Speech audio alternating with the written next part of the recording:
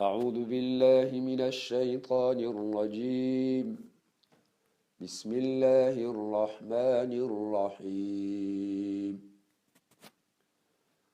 ألم تر كيف ضرب الله مثلا كلمة طيبة كشجرة طيبة أصلها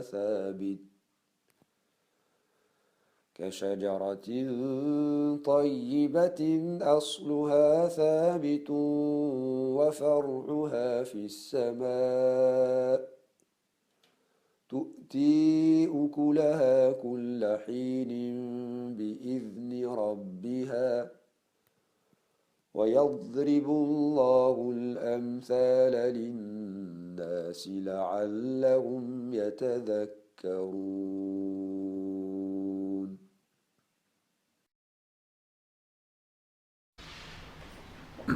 نحمده ونصلي على رسوله الكريم. Dans ce verset de Sourate Ibrahim, Allah subhanahu wa ta'ala nous dit: n'as-tu pas vu comment Allah a cité كيف ضرب الله مثلا, une parabole, en parabole, kalimatan tayyiba, une parole qui est bonne, une bonne parole.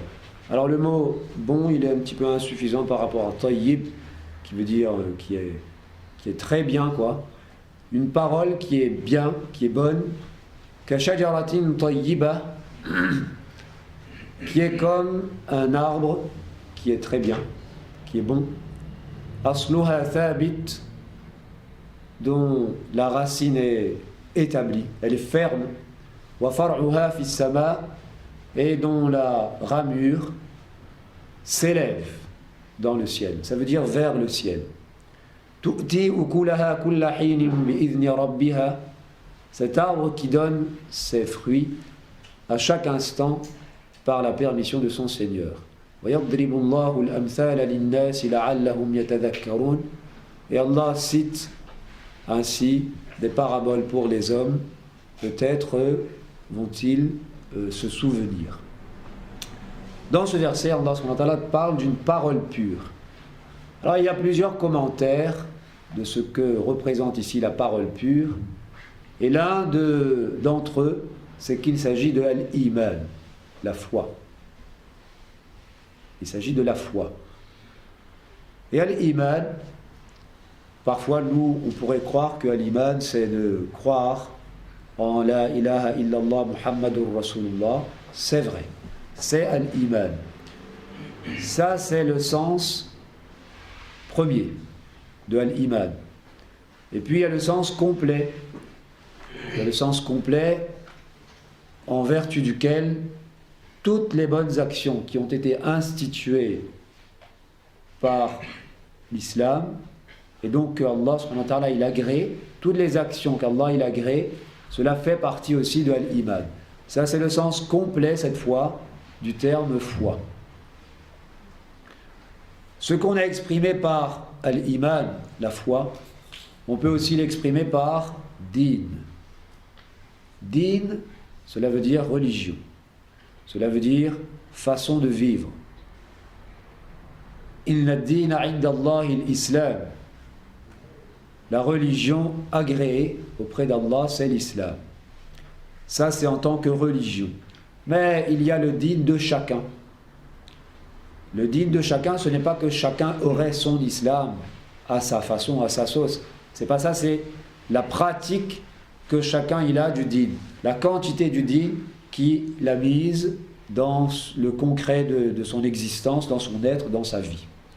C'est ainsi que l'on lit dans le hadith bien connu, le prophète sallallahu alayhi wa sallam a dit: bani ja'i'ani ursila fi ghanamin bi afsada laha min hirsil mar'i 'ala al-mali wa sharafi li dinihi. Deux loups affamés, lâchés dans un troupeau, n'y feront pas plus de dégâts que l'attachement, l'amour que l'homme il a pour les biens matériels et pour l'honneur, l'amour que ces deux amours-là font pour son dîme. Deux loups affamés lâchés dans un troupeau n'y feront pas plus de dégâts que ces deux amours-là font du dégât pour le din d'une personne. Ici, le din d'une personne, ce n'est pas le din qu'il aurait à sa sauce, c'est-à-dire, cela veut dire le din, sa pratique du din. Qu'est-ce qu'il a de concret comme le din, comme din en lui. Alors c'est ainsi que l'on peut parler de al-iman, ad-din, al-wilaya. On dit ça, être wali d'Allah, waliyullah, être ami d'Allah. Wilaya veut dire alliance. Alliance avec proximité, avec affection profonde. C'est pareil. Il y a la wilaya complète, le minimum de wilaya. Alors jusqu'à présent, si vous regardez pour tous ces termes, on a parlé de minimum et on a parlé de ce qui est complet. Et c'est ce qu'on va voir maintenant. On dit souvent al-iman, la foi, ad-din, la pratique religieuse de quelqu'un, al-wilaya, son alliance personnelle avec Allah. Eh bien tout cela a un minimum et cela a ou devrait avoir chez chacun de nous un caractère plus complet. Sans le minimum, on n'est pas du tout dans la foi. Si on n'a pas le minimum de la foi, on est dans le kufr akbar. Kufr akbar, akbar en arabe on sait, cela veut dire le plus grand, c'est le grand kufr. On n'a pas du tout de foi. Pareillement pour le terme din, asluddin, asl voulant dire le minimum, le fondement, cela veut dire le fondement plus exactement, le fondement c'est-à-dire ici le minimum, et puis il y a le kamal, la perfection. On avait dit une fois précédente qu'on en parlerait, eh bien c'est aujourd'hui que ça se fait, alhamdulillah. Et puis pour la wilaya c'est pareil, il y a aslul wilaya, celui qui n'a pas cela, eh bien il n'est pas dans l'alliance avec Allah, il n'est pas allié avec Allah. Et puis il y a kamalul wilaya, quand on parle des musulmans qui sont awliyaullah, là on veut dire, c'est ceux qui ont le kamalul wilaya, ou du moins on estime qu'ils ont le kamalul wilaya. Dans le verset qu'on avait cité, qu'on avait récité, Allah subhanahu wa ta'ala il dit qu'il y a comme une parabole. Cette parabole c'est quoi? Une parole pure. Alors ce n'est pas seulement une parole, c'est une parole qui déjà se trouve dans le cœur. C'est la foi, la ilaha illallah, et bien sûr, Muhammadur Rasulullah. Cela, ça représente le minimum du minimum. Cela fait partie de asl, aslul iman. Et on ne s'arrête pas là. Cette parole pure, elle a été comparée, non pas à la racine, mais à tout un arbre. Pourquoi? Parce que justement, cette parole-là, elle doit avoir des implications dans sa vie, dans la vie de la personne qui la prononce et qui l'a acceptée de son cœur. C'est comme un arbre qui est bon, dont la racine est ferme, c'est-à-dire que la racine est établie dans le sol, et puis la ramure, c'est-à-dire les branches, il y a le tronc, il y a les ramifications, les branches principales, les branches secondaires, elles s'élèvent en hauteur et montent vers le ciel. Et cet arbre-là, il donne ses fruits à chaque instant. Alors si vous regardez dans les commentaires de ce verset, il y a plusieurs avis. Chaque instant, certains ont dit, cela veut dire matin et soir. D'autres ont dit non, chaque mois. Et puis il y a chaque année, etc. Il y en a d'autres encore. En tout cas, le verset dit à chaque instant. Et Allah cite des paraboles pour les hommes.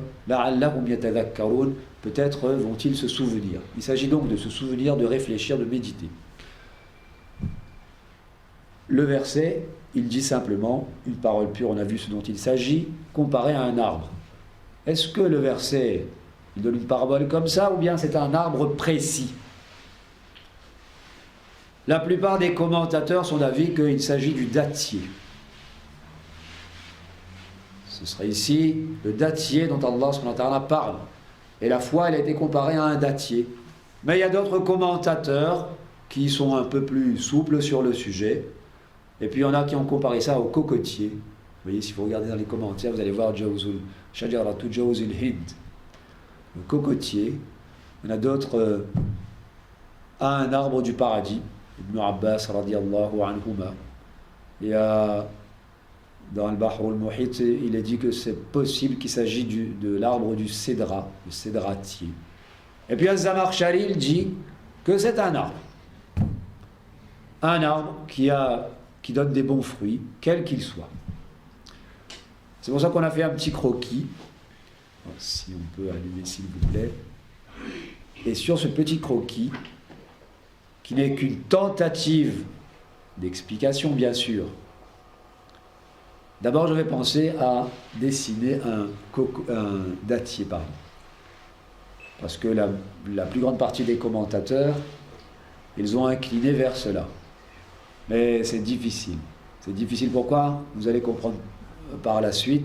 Parce que pour partager les parties du cocotier ensuite, pour expliquer qu'est-ce qui relève du kamal wajib et du kamal mustahab, on va voir ce dont il s'agit, ça aurait été beaucoup plus complexe. Et puis les racines du dattier aussi, c'est un petit peu plus difficile à dessiner. Alors, j'ai opté, juste pour le dessin, pour le dernier commentaire qui dit qu'il s'agit d'un arbre. Alors cet arbre-là, on peut le faire comme ça, bon. Il y a donc des racines qui sont dans le sol, et puis une ramure qui s'élève en hauteur. Et tout cela, c'est le din de chacun. Et malheureusement, nous n'avons pas toujours un arbre complet en nous. C'est-à-dire que notre vie, notre existence, la place que nous avons donnée au din et à tous les enseignements de ce din font que notre arbre n'est pas tout à fait complet. Malheureusement, et qu'Allah subhanahu wa ta'ala nous pardonne. Alors, le fait de dessiner ça, d'essayer de proposer une tentative d'explication du verset par le biais d'un petit dessin, c'est juste pour nous faire comprendre de quoi il s'agit, afin que l'on puisse, Inch'Allah, chacune d'entre nous, qu'on puisse progresser. Il y a, pour reprendre à une petite nuance près, les deux mots qui ont été utilisés dans le verset, là-bas il y avait « asluha thabit » wa far'uha fi sama. Le asl, c'est le fondement, la racine. Elle est établie dans le sol. Pour qu'un arbre il tienne bien droit, il faut qu'il soit bien établi dans le sol.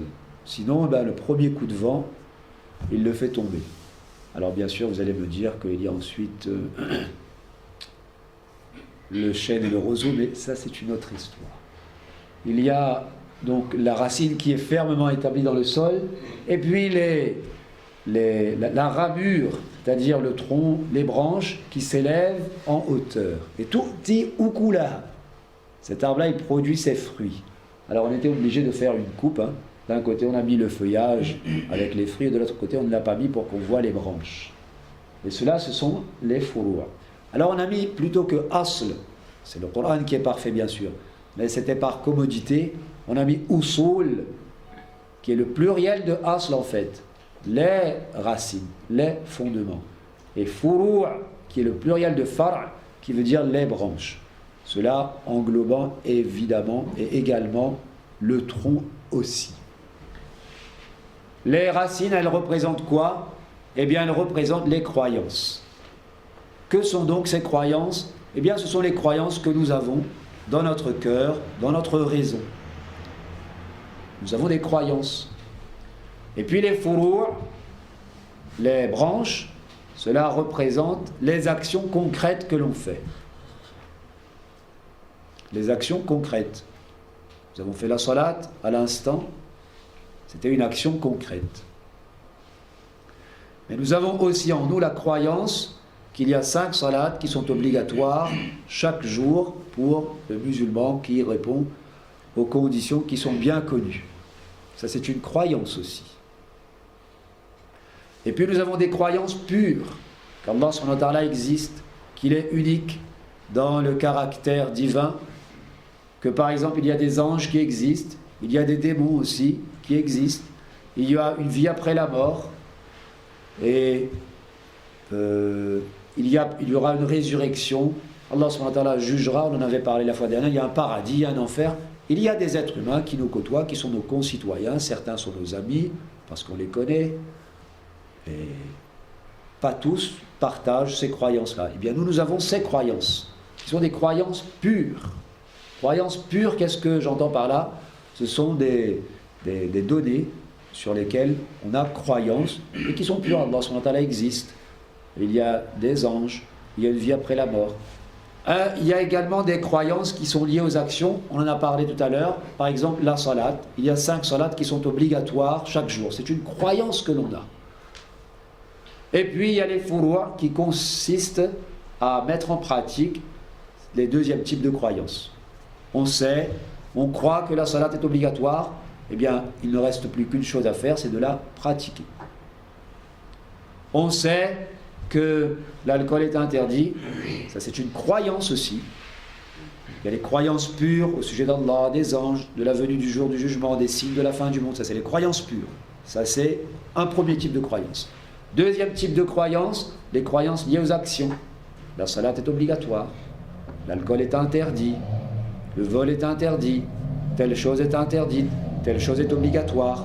Dans le concret de notre vie, ce sont des croyances aussi. Il ne reste plus qu'à faire un effort sur nous-mêmes et à faire droit avec Allah, qui nous donne le tawfiq, comme on dit, la chance, la guidance, pour que l'on mette en pratique dans le concret de notre vie ces croyances-là du deuxième type. Alors les deux premiers types de croyances sont dans la racine. C'est pas dans la racine, ce sont les racines. Je me suis mal exprimé. Et tout ce qui s'élève en hauteur, ce sont les actions que l'on fait. Si elles sont faites en conformité, alors déjà il faut que nos croyances pures, elles soient conformes à ce qu'Allah subhanahu wa ta'ala il veut. Il a enseigné. Vous avez par exemple les Mu'tazila qui ne croyaient pas que les actions que les humains font, ces actions-là, elles sont prédéterminées et que ne se produit que ce qu'Allah il veut. Irada takwiniya. Ils ne croient pas en cela. Ils n'ont pas cette croyance.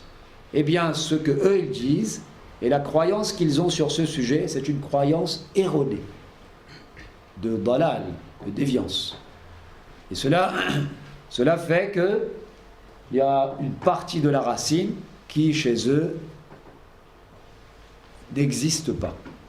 Alors c'est comme si vous avez un arbre, et puis il a des racines qui sont là, et puis il y a une racine importante qui est coupée. Imaginez que vous ayez un arbre dans votre cour, et si vous bêchez, alors on vous dit faites attention, ici il y a un arbre, attention à ne pas sectionner une grosse racine, ça affaiblit l'arbre. Eh bien c'est la même chose là-bas. Ça c'est pour les croyances pures, la prédétermination. Après il y a les croyances liées aux actions. Quelqu'un par exemple il croit que il n'est pas obligatoire de donner la zakat. La zakat c'est pas obligatoire. C'est une fausse croyance qu'il a. Eh bien de la même façon c'est une autre racine que cette personne-là a sectionnée. C'est bon. Maintenant, il y a la personne dont les croyances sont parfaites. Peut-être pas toutes les croyances, mais au moins elle a certaines croyances parfaites. La salat est obligatoire, mais lorsque vient le moment de faire cette salat, eh bien c'est la paresse qui l'emporte chez elle, et elle n'arrive pas à traduire cette croyance en action concrète. Elle n'arrive pas à faire la salat. Là, ce n'est plus les racines qui sont touchées, c'est la ramure, c'est-à-dire le tronc ou les branches. Ça vous donne un aperçu. Alors on aurait pu dessiner, Inch'Allah on a l'intention de le faire, l'arbre qui ensuite, il n'est pas complet. J'avais montré aux élèves un arbre dans la cour du Darul Ulum. Il y avait un arbre qui était bien, masha'Allah, et puis il y avait un autre arbre qui était très, très abîmé. Il était vivant, mais il est vivant, mais il fait un peu pitié. Parce qu'il a une grosse partie de ses branches qui sont sèches, le feuillage n'est plus là, et il survit, on peut dire. Mais là, c'est comme un dîme où toutes les croyances sont là, les croyances pures, les croyances au sujet des actions, mais la ramure n'a pas suivi. Eh bien, ça peut être comme ça aussi. C'est bon ? Alors en bas nous avons, c'est écrit en arabe, al-usul, al-i'tiqadat al-mashru'a. Il s'agit des croyances qui sont instituées. Sawa'un aqaida mahdatan kanat ou aqaida ahkamil furu'. Que ce soit des croyances pures ou des croyances liées aux normes concernant les actions. C'est ce qu'on avait expliqué. Et puis plus haut, vous avez al-furu', il s'agit de mubasharatul a'mal al-mashru'a, mettre en pratique les actions qui sont instituées. Alors, de quelles actions il s'agit? Il s'agit des actions apparentes, bien sûr, mais aussi des actions du cœur qui sont autres que les croyances.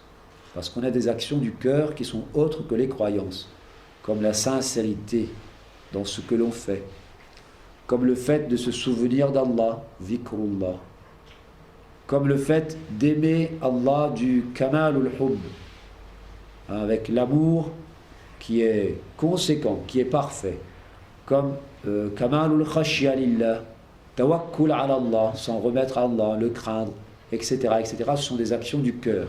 Eh bien, cela aussi, c'est dans la ramure. On va en savoir un petit peu plus dans un instant. Ici, on va juste préciser quelque chose. Quand on parle des croyances liées aux actions, et quand on parle du fait de faire ces actions, il y a les actions que l'on connaît, ce sont les actions de ibadat, au sens particulier du terme. Faire les prières rituelles, salawat, jeûner, l'aumône, le pèlerinage, récitation du Coran, faire dua avec Allah, invoquer Allah, etc., etc. Bien sûr, mais il n'y a pas que ces actions-là. Il y a aussi les actions de la vie quotidienne. Manger du halal. Lorsqu'on mange halal. Lorsqu'on mange par le biais de la main droite et non pas par le biais de la main gauche. Lorsqu'on mange, on pratique les actions que Rasulullah sallallahu alayhi wa sallam il a instituées, il nous a enseignées, etc., etc. Cela aussi entre dedans. On fait du commerce par exemple. Et notre commerce, il doit être honnête. Il doit fonctionner sans intérêt, sans riba, sans vol, sans tromperie sur la marchandise, sans tromperie du client. Cela entre aussi dedans. Parce qu'il y a faire les actions qui sont obligatoires et également se préserver des actions qui sont interdites. Il y a aussi faire le bien vis-à-vis d'autrui, une bonne parole que l'on prononce. Se préserver de prononcer des paroles qui sont déplacées et qui seraient injustes d'après le Coran et la Sunna. Cela aussi entre dans la ramure, dans les branches. Et il y a enfin se mobiliser pour le bien, pour la justice, pour autrui et aussi pour le din d'Allah. Cela aussi entre dedans. Il n'y a pas que les actions qui sont personnelles, on va dire. Ce sont bien sûr des actions personnelles que l'on fait. Mais l'objet de ces actions-là, le bénéficiaire ou celui vers qui c'est dirigé, c'est différent. Eh bien, toutes ces actions qui sont instituées, elles entrent dedans. Dans un célèbre hadith, le prophète sallallahu alayhi wa sallam a dit Al-iman bid'un wa sab'un, ou qala bid'un wa sittuna shu'batan. Le iman est constitué de plus de 70 ou plus de 60 branches. Alors il y a deux interprétations de ce mot branche ici. On va prendre l'interprétation d'après laquelle le mot branche, il englobe non pas seulement les branches, les fourrures que l'on voit en haut, mais aussi les racines. Alors oui, bon, là, ça perturbe un petit peu parce que, d'accord, mais c'est une interprétation qui existe. C'est-à-dire tous les constituants, toutes les parties de l'arbre sont dedans. Aussi bien les croyances pures, les croyances sur les actions extérieures que l'on fait par sa langue, ou les actions extérieures que l'on fait avec le reste de son corps. Et le hadith de continue en disant فَأَفْضَلُهَا قَوْلُ لَا إِلَهَ إِلَّا اللَّهِ. La meilleure de ces branches, dans une autre version, la plus haute, la plus élevée, celle qui a le plus de valeur, celle qui est la plus importante, c'est de dire La ilaha illallah. D'après une interprétation, c'est pour entrer dans le din. وَأَدْنَاهَا إِمَاطَةُ الْأَذَى عَنِ الطَّرِيقِ. Et la branche la plus basse, c'est d'enlever du chemin ce qui gêne. Alors regardez, ça aussi c'est une branche de la foi, c'est une branche du din, c'est un constituant du din. On voit quelque chose qui gêne dans le passage des gens, eh bien on l'enlève. Pourquoi? Parce que al-muslimu man salima al-muslimuna min lisanihi wa yadihi, et dans l'autre hadith wal-mu'minu man aminahu an-nasu ala dima'ihim wa amwalihim. Le croyant, c'est celui dont les hommes sont à l'abri de ce qu'ils pourraient faire au sujet de leur vie, au sujet de leur bien. Et là, ça pourrait juste te gêner, eh bien tu l'enlèves.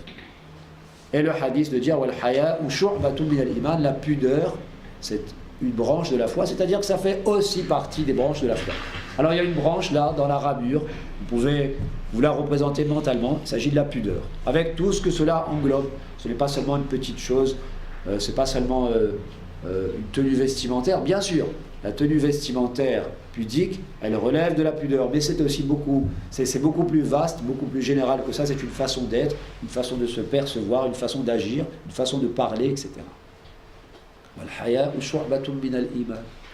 Alors vous regardez ce hadith, il y a plus de 70 ou plus de 60 constituants de la foi.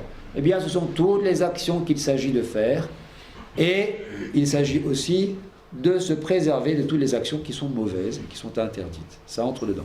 Alors il y a certains ulama qui ont essayé de trouver par extrapolation, induction, comme on dit, istiqra, quelles pourraient être ces branches. Il y a eu différentes propositions. Il y a celle de Ibn Hibban qui est bien connue. Il a essayé de trouver, lui, de proposer.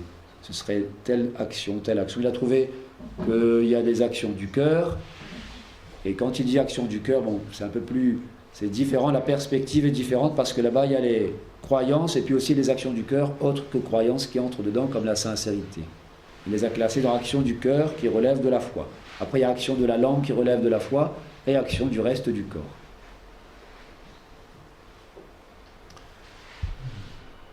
On passe à la suite maintenant. Ici, c'est toujours notre arbre. Et la légende, elle a changé. La légende, elle a changé parce que, ici, on va parler maintenant de Asluddin et de Kamaluddin. Asluddin, le fondement de son din, en deçà duquel il n'y a pas du tout de din. Et vous regardez, c'est le cœur des racines, plus une petite partie, la base du tronc. C'est cela, Asluddin. Sans ce cœur, il n'y a pas d'arbre. La dernière fois, quelqu'un avait par mégarde coupé un petit arbuste. C'était sans faire exprès. Et puis ensuite, il restait la racine dans le sol, plus la base du tronc. Et puis la personne, là, elle a pris cette ramure-là et puis elle a essayé de replanter. Mais ça ne repousse pas comme ça. Quelqu'un qui n'a pas le cœur du din, il peut faire les meilleures actions extérieures qu'il veut. C'est bien de faire des bonnes actions extérieures, c'est déjà bien. Mais il n'a pas le cœur du din, eh bien, c'est comme si son arbre était sans le cœur. Le cœur du din, Asluddin. Et puis il y a Kamaluddin, il s'agit de la perfection du din.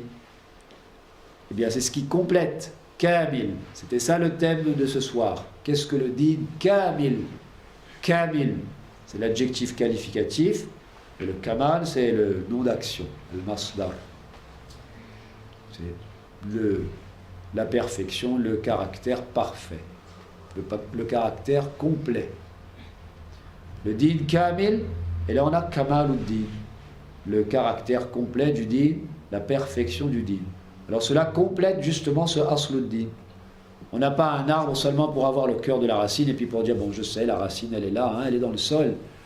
Et puis, on lui souhaite bien du courage et longue vie à toi aux racines dans le sol. Non, si on plante une racine, c'est pour que ces racines-là, elles se ramifient, elles se prolongent, elles se développent dans le sol, mais aussi pour que la partie aérienne de l'arbre, elle voit le jour, elle s'élève, et enfin, comme l'a dit le verset, elle donne ses fruits. Les fruits de l'arbre, c'est quoi? D'après certains commentateurs, Maulana Thanwi, rahimahullah, il s'agit de l'agrément d'Allah. Tu'ti ukulaha kulla hinin bi'idhni rabbiha, les racines, les branches, ça attire, ça entraîne, par la grâce, bifadlillah, ça entraîne l'agrément d'Allah. D'autres commentateurs disent ce sont les récompenses qu'Allah a promises ou les bénédictions qu'il accorde aux croyants à la fois parfaites. Parfaite, complète. Alors Asluddin et Kamaluddin. Alors le Kamaluddin, la perfection du din, se trouve pour partie dans la racine et pour partie dans la ramure. Sans le Asluddin, il n'y a pas du tout de din. Il peut arriver, on avait parlé tout à l'heure du cas des Mu'tazilites, que des gens, ils aient le Asluddin, mais c'est dans le Kamaluddin lié aux croyances qu'ils ont des manquements. Alors si vous voulez vous représenter des Mu'tazila par exemple, ils ont le Asluddin, mais ce sont les racines importantes, mais qui sont dans le Kamal, donc dans les Usul par rapport au Kamal, qu'ils ont des manquements. Il y a plusieurs grosses racines qui sont coupées chez eux. De l'autre côté, en hauteur, il y a Kamaluddin min al-Furu'. Dans la pratique concrète, il y a aussi le Kamal, et là aussi, malheureusement, on peut avoir des manquements. On a tous nos manquements. Qu'Allah nous pardonne. Qui ne fait pas bien ses salawats, qui il a un défaut, il a un manquement dans la maîtrise de sa langue, l'utilisation de sa langue, ou bien il a un manquement dans la pudeur, ou bien il a d'autres manquements dans ses relations avec autrui, ou bien c'est qu'il ne s'investit pas du tout pour le bien du din, pour la cause de l'islam, etc., etc. Ou bien il ne pense qu'à lui, il ne pense pas aux autres. Et donc il a des manquements comme cela. Il y a donc le Asluddin. Quelqu'un pourrait me demander ici pourquoi le Asluddin il dépasse légèrement les racines. Et pourquoi il englobe, si vous regardez bien, et ceux du fond là-bas, je suis sûr que vous voyez bien, peut-être avec même une petite lunette astronomique, ça dépasse légèrement les racines, ça englobe une petite partie, la base du trou. Pourquoi? Eh bien, on va le voir à la suite. Regardez cette fois à droite. La base du tronc, c'est at-talaffuz bi-shahadatayn, encore appelé al-iqrar bil-lisan. C'est reconnaître au moins une fois, témoigner de la ilaha illallah Muhammadur Rasulullah au moins une fois par sa langue. Cela fait partie de Asluddin d'après un des deux avis. Un qui dit que ça fait partie de... c'est une shatr de Aslul Iman et non pas une shart li ijra' al-ahkam al-zahira. Bon, ça on va laisser, c'est un peu technique. Et puis en bas, il y a al-iltizam aqdan bi daruriyat ad-din. Alors ça fait un peu compliqué, rassurez-vous. Inch'Allah, on va expliquer. Ce sont les croyances essentielles. Il y a d'autres croyances qui sont nécessaires, mais elles sont nécessaires sans être essentielles. Les croyances essentielles, contredire l'une d'entre elles, cela constitue du kufr. Et les croyances qui sont nécessaires sans être essentielles, elles sont en bas. C'est écrit là-bas, à gauche cette fois, Kamaluddin al-wajib min al-usul. Parmi les croyances, la perfection du din qui est nécessaire. Il est nécessaire de les avoir, mais elles ne sont pas de ce niveau-là que celui qui aurait un manquement à leur sujet ferait du kufr. Non. Il fait soit du dalal, soit c'est moindre encore, il est dans une erreur de type ijtihadi. Dalal, cela veut dire déviance. Parfois, cela peut être une question ijtihadi, à propos de laquelle déterminer la vérité n'est possible que d'une façon supposée, dhanni. Mais cela reste différent de Asluddin. Là-bas, al-iltizam aqdan bi daruriyat ad-din, contredire une croyance qui fait partie du cœur de cette racine-là, une croyance essentielle, cela constitue du kufr. Que la croyance soit pure, ou qu'il s'agit d'une croyance liée à une action. Par exemple, les ulama nous ont donné cet exemple bien connu, celui qui renie le caractère obligatoire des 5 salats. On ne parle pas là de celui qui ne fait pas une ou plusieurs salats par paresse. On parle de celui qui renie le caractère obligatoire des 5 salats. Donc il dit que ma croyance c'est que ça n'est pas obligatoire. Eh bien lui il prononce une parole de kufr en disant cela. Ceci signifie que la croyance en le caractère obligatoire des 5 salats fait partie des daruriyatuddin et donc des croyances essentielles.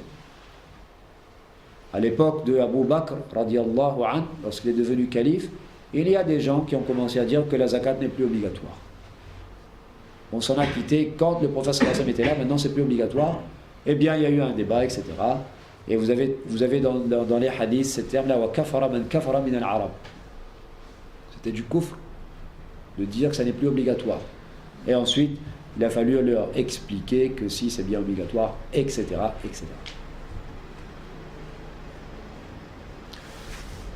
Alors vous avez Asluddin, les croyances qui sont dans le cœur, donc qui font partie des racines. Et puis la base du tronc, ça c'est une action extérieure puisqu'il s'agit de prononcer quelque chose. C'est al-iqrar bil lisan, cela fait partie aussi de Asluddin. Si quelqu'un, en vertu de cet avis-là, mais il y a un deuxième avis aussi, pour cela vous contactez vos ulama, on ne va pas le détailler ici, ça rendrait les choses trop complexes. Hein, si quelqu'un il avait dans son cœur La ilaha illallah Muhammadur Rasulullah et il y adhérait, iltizam, mais jamais dans sa vie, cette personne-là ne s'est dite musulmane, jamais dans sa vie devant au moins 2 personnes, elle n'a témoigné que la ilaha illallah Muhammadur Rasulullah, sans raison, il n'y avait pas de contrainte par menace de mort, etc. Jamais elle n'a fait ça. Eh bien, d'après cet avis-là, indallah, auprès d'Allah, elle ne sera pas considérée comme étant musulmane. D'après cet avis-là. Et donc, ce qui fait que la base du tronc, la prononciation par la langue, cela fait partie aussi de Asluddin. En bas, dans les croyances, il y a Kamaluddin al-Wajib min al-Usul. Parmi les croyances, la perfection du din qui est obligatoire. Et un petit peu plus bas, regardez, c'est très petit, il y a quelques petites racines, des radicelles, je crois on dit. C'est comme ça qu'on dit ? Ça c'est Kamaluddin al-Nafil min al-Usul. C'est facultatif purement. Ce sont les croyances très détaillées là. Par exemple, entre Khadija radiallahu anha, Aisha radiallahu anha, Fatima radiallahu anha et Maryam alayhi salam, laquelle de ces femmes est la meilleure? Alors les ulama, ils ont écrit sur le sujet, il y a des avis divergents, mais cette croyance-là, ça relève de Kamaluddin al-Nafi. C'est facultatif. S'il y a un musulman qui a quitté cette terre, il ne savait pas, il ne s'était pas penché sur cette question, la ba's, insha'Allah. Il n'y a pas de problème. Insha'Allah. C'est nafil. Il y a d'autres questions comme ça, des croyances. Mais c'est petit. Et puis en hauteur, il y a le Kamaluddin al-Wajib min al-Furu' que vous voyez à gauche. La perfection obligatoire du din dans la pratique concrète. Alors vous pouvez mettre le fait d'accomplir concrètement les 5 salawats, le fait de donner concrètement la zakat, le fait de jeûner pendant le mois de Ramadan, le fait de faire le pèlerinage une fois dans sa vie, le fait d'avoir de la pudeur concrètement, et tout ce dont on avait parlé tout à l'heure et qu'on avait évoqué sommairement. Et vous voyez qu'en hauteur, il y a Kamaluddin al-Mustahab min al-Furu'. Ça, ce sont les actions qu'il est recommandé de faire. Attention, une action qu'il est vraiment recommandé de faire, dans la pratique, quelqu'un peut ne pas les faire. Mais dans la croyance, là on revient aux racines, il est obligatoire de croire qu'elle est recommandée. Du moment qu'elle est bel et bien recommandée et qu'elle est établie. On dit aqidatu istihbabihi wajibah. Avoir la croyance que cela est recommandé, cette croyance-là, elle est nécessaire pour qu'on ait une croyance du din complet. Maintenant, concrètement, comme ce n'est que mustahab, si quelqu'un ne veut pas le pratiquer, du moment qu'il ne méprise pas cette action-là et qu'il ne dit pas de paroles déplacées à son sujet, ben, il est libre. On peut prendre comme exemple le fait de s'asseoir pour boire. D'après l'avis qui semble rajih, pertinent, wallahu a'lam, c'est une action qu'il est mustahab de faire, s'asseoir pour boire. Ce qui fait que boire en étant debout, cela reste autorisé, jaiz, mais c'est quand même mieux mustahab de s'asseoir. Alors quelqu'un, s'il boit debout, eh bien il n'y a pas de problème, il reste dans le jaiz. S'il s'assoit, c'est mieux. Par contre, il doit toujours avoir comme croyance, du moins s'il suit cet avis-là, que c'est mustahab de s'asseoir. Et donc jamais il ne dira à quelqu'un, mais pourquoi tu t'assois pour boire? Ça sert à rien ça. Si, cela sert puisque c'est mustahab. C'est le prophète sallallahu alayhi wa sallam qui l'a institué. Il n'a pas le droit de dire ce genre de paroles. Alors il y a la croyance et puis il y a la pratique. Regardez quelqu'un qui n'a pas le haut de l'arbre, eh bien son arbre il reste quand même en bonne santé, vigoureux, et il va fournir des fruits. Par contre, quelqu'un à qui il manque des branches qui sont nécessaires, qui sont obligatoires, là vous voyez bien que son arbre il sera en mauvais état, il sera dégarni et puis la production de fruits ne sera pas ça.